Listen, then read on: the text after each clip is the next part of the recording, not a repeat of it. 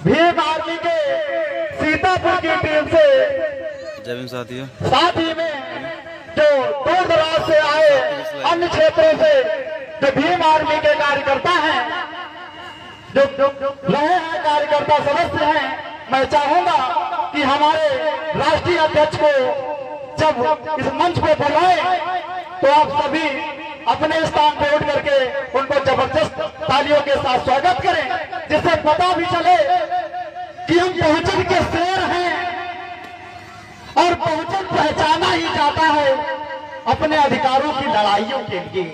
ये हमारा इतिहास रहा है। हमारे बहुजन समाज में जन्मे हमारे जितने भी महापुरुष हुए, उन्होंने संघर्ष जिंदगी में जितना संघर्ष किया है और संघर्ष करते करते ही इस जीवन को अलविदा कहा है। हम ये चाहेंगे हमारे राष्ट्रीय अध्यक्ष जी माननीय विनय रतन सिंह जी आए और अपनी बातों को रखें।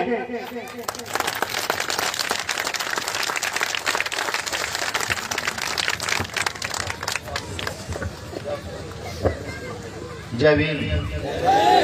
भाई इसका बेस कम करो थोड़ा सा। जय भीम। आवाज साफ आ रही है नीचे तक? अभी मैं बहुत तेज तेज बोलूंगा, सोच लीजिएगा। जय भीम। शुक्रिया।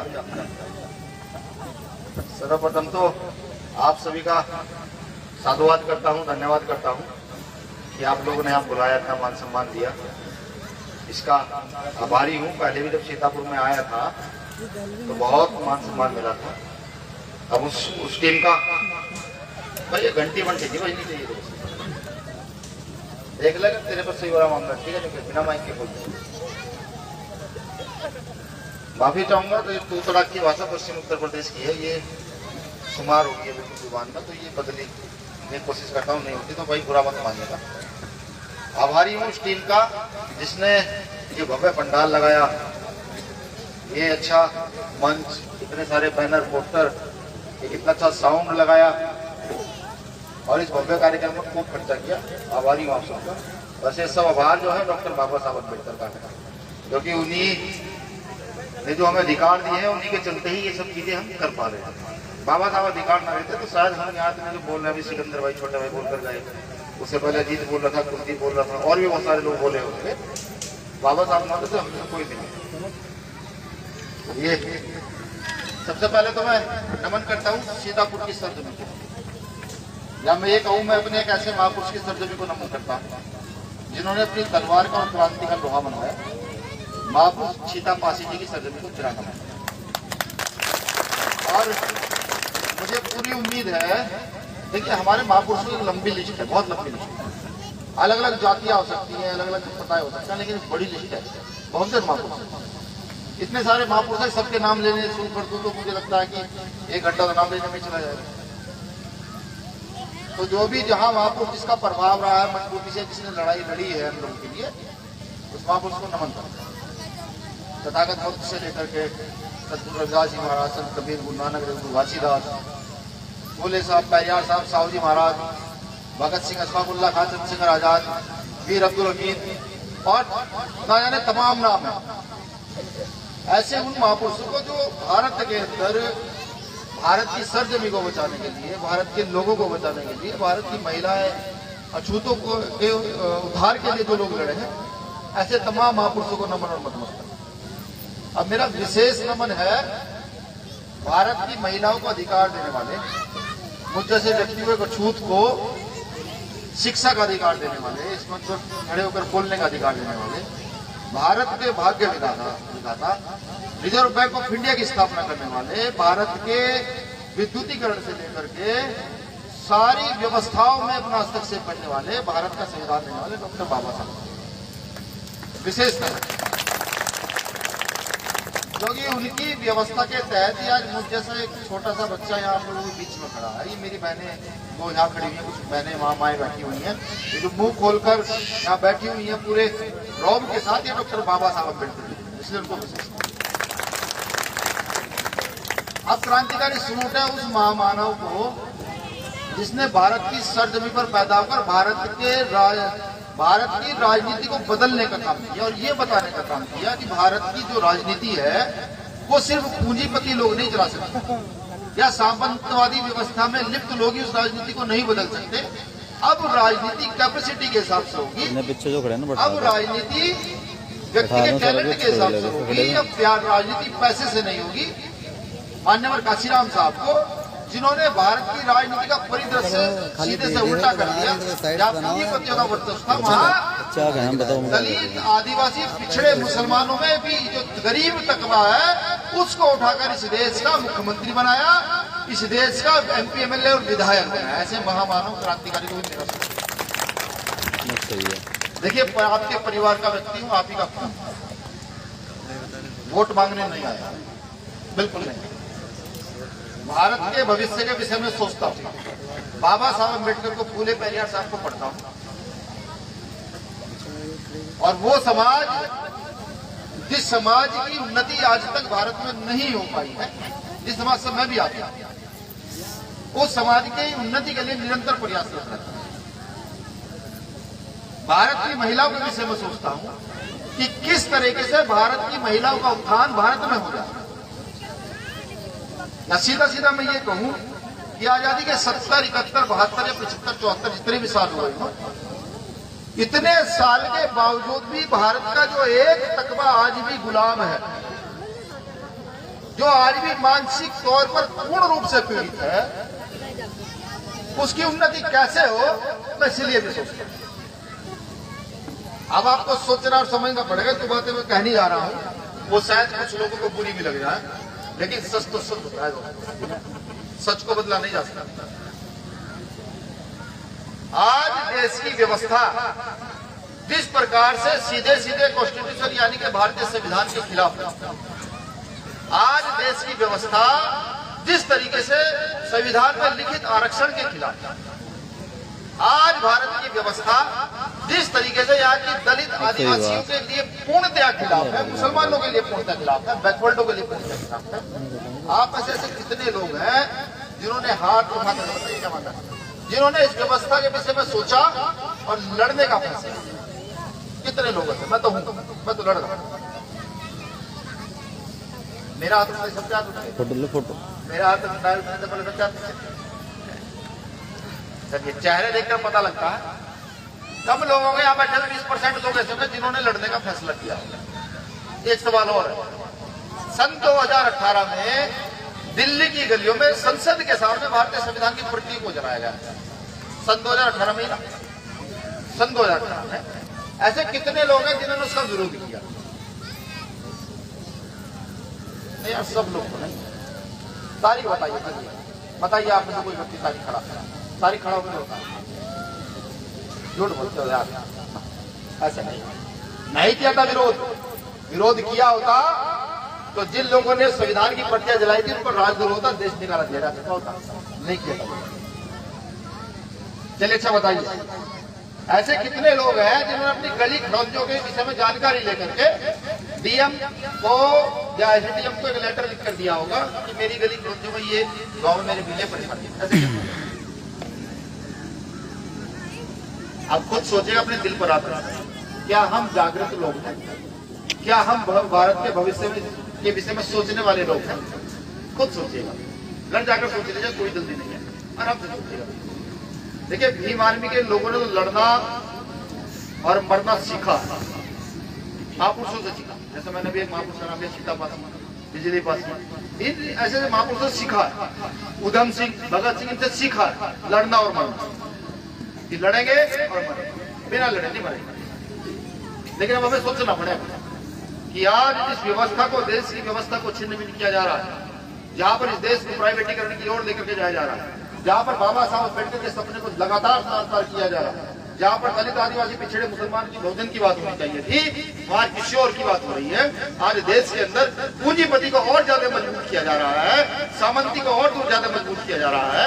आज देश के अंदर गरीब किसान मजदूर को और ज्यादा कमजोर किया जा रहा है। ऐसे समय पर देश की राजनीति का कोई व्यक्ति जब न लड़ रहा हो तो आपका फर्ज बनता है उनके साथ खड़ा होना, जो ऐसे समय पर प्रधानमंत्री और मुख्यमंत्री के मुंह पर विरोध करने का मादा रखते हैं, तो आपका फर्ज बनता है उनके साथ। बिल्कुल इतनी हत्या, इतनी रेप उत्तर प्रदेश के अंदर होता है। भारत को छोड़ देता हूँ, अभी भारत की बात नहीं करूँ।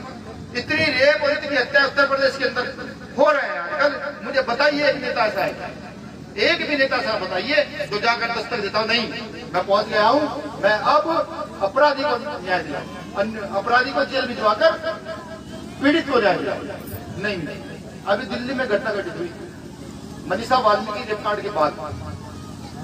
9 साल की बच्ची को रेप कर आधा जला दिया था। एक विशेष जाति के लोगों ने, भारत की एक विशेष जाति के लोगों ने जला दिया था, और उस बच्ची का नाम लेने वाला तक कोई नहीं। एक शख्स वहां गया, जिसका नाम था, क्या नाम था, चंद्रशेखर आजाद। वो जब दिल्ली गया, दिल्ली जाने के बाद कांग्रेस के बड़े लीडर भी फौरन अगले दिन वहां पहुंचे, घोषणा करके भाई हम भी जाएंगे। तीसरे दिन दिल्ली के मुख्यमंत्री ने घोषणा करी भाई मैं भी जाऊंगा। समझिए इस देश की व्यवस्था क्या हो गई।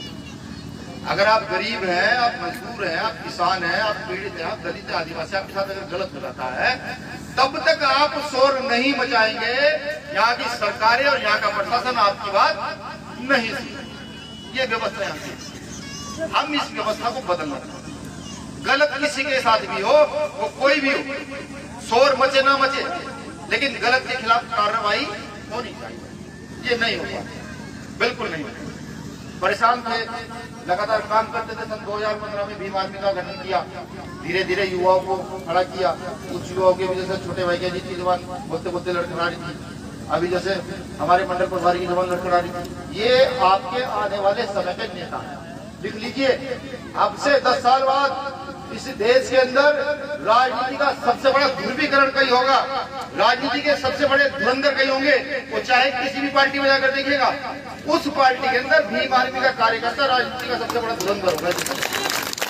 ये मैं लिख के देता हूँ आपको, और ये होगा क्योंकि जो लोग लड़ते हैं, जो लोग डरते नहीं है, जो लोग बिकते नहीं है, जिन लोगों को कोई झुका नहीं पाता, वो अपने जैसे 1000 1 लाख लोग तैयार करते हैं। और हमने अपने जैसे हजारों लोग तैयार कर दिए, आगे अपने जैसे लाखों लोगों को तैयार कर दिए कि लाखों लोग तैयार कर। बिल्कुल तो राजनीति आज वंशानुगत हो गई है। वंशानुगत में तो मतलब समझते हैं ना आप लोग, भाई मैं, मेरे बाद मेरा बेटा, उसके बाद उसका बेटा, फिर उसके बाद उसका बेटा। यानी कि जो राजनीति आज राजतंत्र के तहत हो गई है। जैसे पहले राजाओं का तंत्र चलता था कि राजा का बेटा राजा बनता था, उसी प्रकार से देश की राजनीति में कोड छा गया है। कोड लग गया इस देश की राजनीति को कि विधायक का बेटा विधायक बनेगा, एमपी का बेटा विधायक यहाँ एमपी बनेगा। उस चीज को भीम आर्मी तोड़ रही है। हम बताएंगे साहब काशीराम साहब की तरह, जब सड़कों से उठाकर पढ़े लिखे लड़कों को यहाँ की पार्लियामेंट और संसद में भेजने का काम करेंगे, हम बताएंगे। तो बहुत सारे कहते हैं कि संगठन चलाने के लिए, पार्टी चलाने के लिए बहुत सारे पैसों की जरूरत होती है। मैं कहता हूँ नहीं, 1 भी रुपए की आवश्यकता नहीं पड़ती। मैं अपने घर से यहाँ तक आगे तक 1 रुपया खर्च नहीं हुआ। आप लोगों ने किराया दिया, आप लोगों ने रोटी दी, आप लोगों ने रहना दिया, आप लोगों ने गाड़ी दी चलने के लिए। क्या मेरा रुपया खर्च हुआ? मेरा समाज इतना बड़ा है कि अगर एक बार ठान ले तो इस देश की व्यवस्था बदल दे। ठान ले तो बदल। अभी हमारी लड़ाइयाँ चल रही है, खूब लड़ाई चल रही है। कभी हम किसी पर तंज कसते हैं, कभी किसी पर तंज कसते हैं, बाबा साहब का नाम लेते हैं। मुझे ये बताइए, इस देश में जो शिक्षा का बाजारीकरण हो रहा, मीडिया के लोग क्या बैठे, भारत में जिस प्रकार से शिक्षा का बाजारीकरण हो रहा, एक डीएम का बेटा तो पढ़ेगा कॉन्वेंट स्कूल में जिसकी फीस है 20,000, 30,000, 50,000 रुपए, और मुझ जैसे व्यक्ति का बेटा पढ़ेगा प्राइमरी स्कूल में जिसकी ड्रेस भी सरकार देगी। जो कॉन्वेंट में पढ़ रहा है वो तो खूब अच्छी शिक्षा लेगा, फर इंग्लिश बोलेगा, फर मैथ सीखेगा, हिंदी बोलेगा। और जो मेरा बेटा प्राइमरी में पढ़ रहा है वो वहां जाकर कुछ दिखाएगा। इसकी आवाज कौन उठाएगा भाइयों? कोई नेता उठाने आएगा? अब तक उठाई आवाज। क्या भारत का भविष्य धूमिल नहीं है? नहीं है क्या धूमिल? बिल्कुल। बाबा साहब ने शिक्षा का अधिकार तो दिया था, कहा था शिक्षित बनो, लेकिन दोहरी शिक्षा नीति बाबा साहब अम्बेडकर नहीं लेकर के गए। और आज भारत में दोहरी नहीं, तीसरी शिक्षा नीति हो चुकी है। पहली शिक्षा नीति को जो पैसे के आधार पर खरीदी और बेची जा रही है, दूसरी शिक्षा नीति को जो खिचड़ी में, जो रोटी में, जो दूध में, जो सरकारी तौर पर बेची और खरीदी जा रही है। और बीच की शिक्षा नीति वो है जो सिर्फ उन लोगों के लिए है जिनकी आमदनी अच्छी है, जिनके पास पैसा अच्छा है, जो बड़े बड़े स्कूलों में अपने बच्चों को पढ़ा करके बड़ी बड़ी डिग्रियां ले सकते हैं। ये तीसरी शिक्षा नीति आज भारत में लागू है। अगर इस नीति को तोड़ना है, अगर आप चाहते हैं आपका बेटा डीएम बने, आप चाहते हैं आपका बेटा एसपी बने, आप चाहते हैं आपका बेटा बैंक मैनेजर बने, इंजीनियर बने, डॉक्टर बने, तो इस शिक्षा नीति को तोड़ना होगा। इस तिहरी शिक्षा नीति को तोड़ना होगा। ये टूटेगी क्या?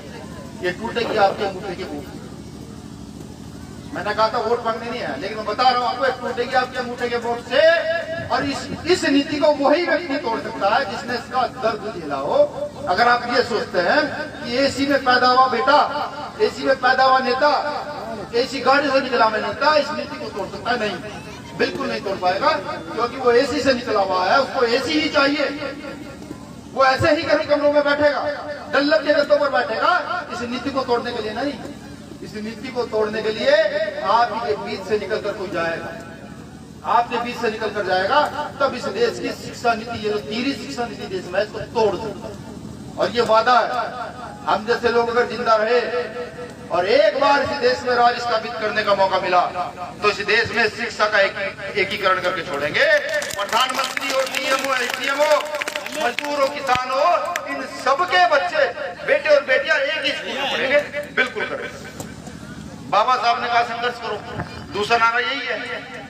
हमने संघर्ष किया, आपसे संघर्ष नहीं कर रहे हम पिछले 5000 साल से संघर्ष कर रहे हैं, लगातार संघर्ष किया। मैं संघर्ष की बात करूंगा अपने, मैं भी संघर्ष की बात करूंगा, भीम आर्मी संघर्ष की बात करूंगा। संघर्ष करते चले गए, संघर्ष करते करते पता लगा, साहब काशीराम साहब ने एक लाइन कही थी ना, जब संसद में बैठे लोग बहरे हो जाए तो संसद की सड़कों पर इतनी आबादी इकट्ठा कर दो, इतनी आबादी इकट्ठा कर दो कि संसद में बोलने वाले लोगों की आवाज ना कोई सुन पाए।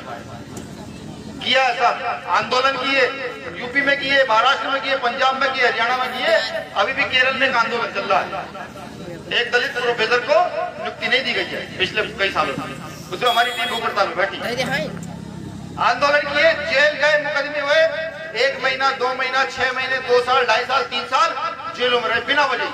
कारण कोई नहीं, कारण क्या कि सिर्फ समाज के लिए आवाज उठा दी। जेल चले गए, जेल से आने के बाद पता लगा इसे काम नहीं चल पाएगा, बिल्कुल काम नहीं चल पाएगा। एक चीज की जानकारी और मिली कि अगर आप एक विधायक बना देते हैं, दमदार विधायक जो विधानसभा में अपनी बात रखने का मादा रखता हो, ये कुलदीप जैसे, सिकंदर जैसे, ऐसे लोग को भेज देते हैं आप, तो आपका काम आसान हो जाता है, बिल्कुल हो जाता है। तो इस ओर ध्यान दिया, पार्टी का निर्माण कर दिया। लोगों ने कहा भाई पार्टी होनी चाहिए। आज बहुजनों की पार्टी नहीं, जो बहुजन की पार्टी थी वो सर्जन की हो गई है। एक यहाँ के शोषितों की पार्टी होनी चाहिए, मजबूरों की पार्टी होनी चाहिए। उस पार्टी का निर्माण कर दिया, पार्टी का निर्माण कर दिया। आगे की ओर चले तो पता लगा, लोगों ने सवाल करने शुरू किए, पार्टी का निर्माण क्यों कर दिया। फिर उनको बताया, सन 2018 में महाराष्ट्र में दंगा हुआ था भीमा कोरेगांव में, भीम आर्मी के 5 से 10,000 कार्यकर्ताओं पर आज भी मुकदमे है। 2 अप्रैल को यहाँ दंगा हुआ था उत्तर प्रदेश, पूरे भारत में, यहाँ पे 1000 लोगों पर मुकदमे, महाराष्ट्र में मुकदमे, बिहार में मुकदमे, राजस्थान में मुकदमे, हरियाणा पंजाब में मुकदमे, लाखों लोगों पर मुकदमे है। फिर बाबा साहब को पढ़कर पता लगा कि अगर एक प्रदेश की सरकार बदल देते हो तो एक राज्यपाल के साइन से हजारों लाखों मुकदमे उस प्रदेश की जनता के खत्म हो जाते हैं। तो ठान लिया, फिर ठान लिया कि साहब काशीराम साहब की तरह वोट तैयार करेंगे, लोगों को तैयार करेंगे, मजबूत और मजबूरों की लड़ाई क्या है ये बताएंगे, लोगों को ये बताएंगे कि इस देश में राज उनका ही होना चाहिए जो इस देश की आबो हवा से वाकिफ हो, इस देश में राज उनका होना चाहिए जो यहाँ की फिजाओं से वाकिफ हो, जो यहाँ की जमीन से वाकिफ हो, उनका इस देश में राज होना चाहिए। अगर आर्टिफिशियल लोग इस देश की राज सत्ता पर बैठ जाएंगे, आर्टिफिशियल से मतलब समझ रहे हैं क्या, जो एसी में रहते हैं, जो गाड़ियों में रहते हैं, जो प्लेनों में घूमते हैं, जो 24 घंटे भौतिक सुविधाओं के अंदर रहते हैं, ऐसे आर्टिफिशियल के लोगों के हाथ में इस देश की सत्ता जाएगी तो ये देश जो किसानों का देश है, ये देश जो मजदूरों का देश है, ये देश जो दलित आदिवासी पिछड़ों का देश है, इस देश की व्यवस्था बदल जाएगी। इसी कारण से अब ठान लिया, लोगों के घर घर तक जाएंगे,